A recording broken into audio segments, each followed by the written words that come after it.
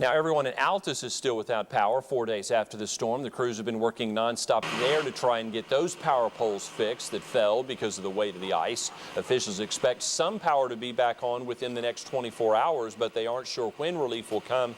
For everyone else, 7 News reporter Garrett Cryer went to Altus today to see how people are coping and just what kind of progress emergency officials think they've made there. Garrett? Dave, Emergency Manager Lloyd Colston says they are making progress even if you can't see it. He says the National Guard has brought in generators for the water treatment plants and shelters, but that's still not much comfort to families like the Maldonados who are still searching for answers. Went right through the windshield. Bad storm we got.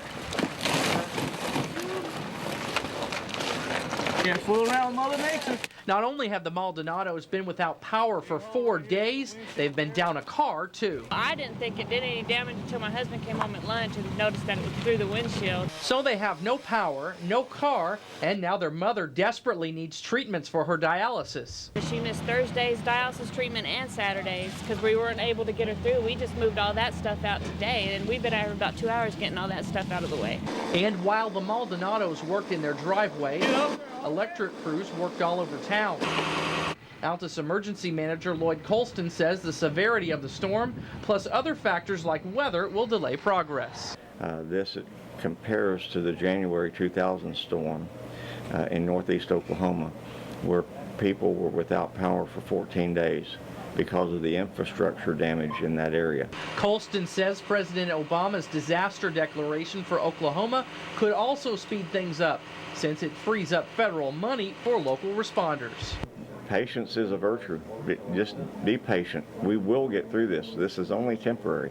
We had power 4 days ago. We don't have power now.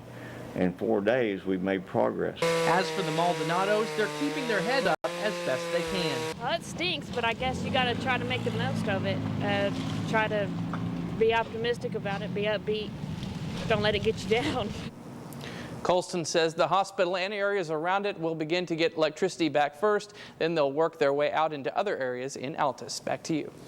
And Colston says in the meantime, people should be careful about plugging generators directly into their home. He says that charges the lines outside and makes it deadly for linemen trying to get the power back on.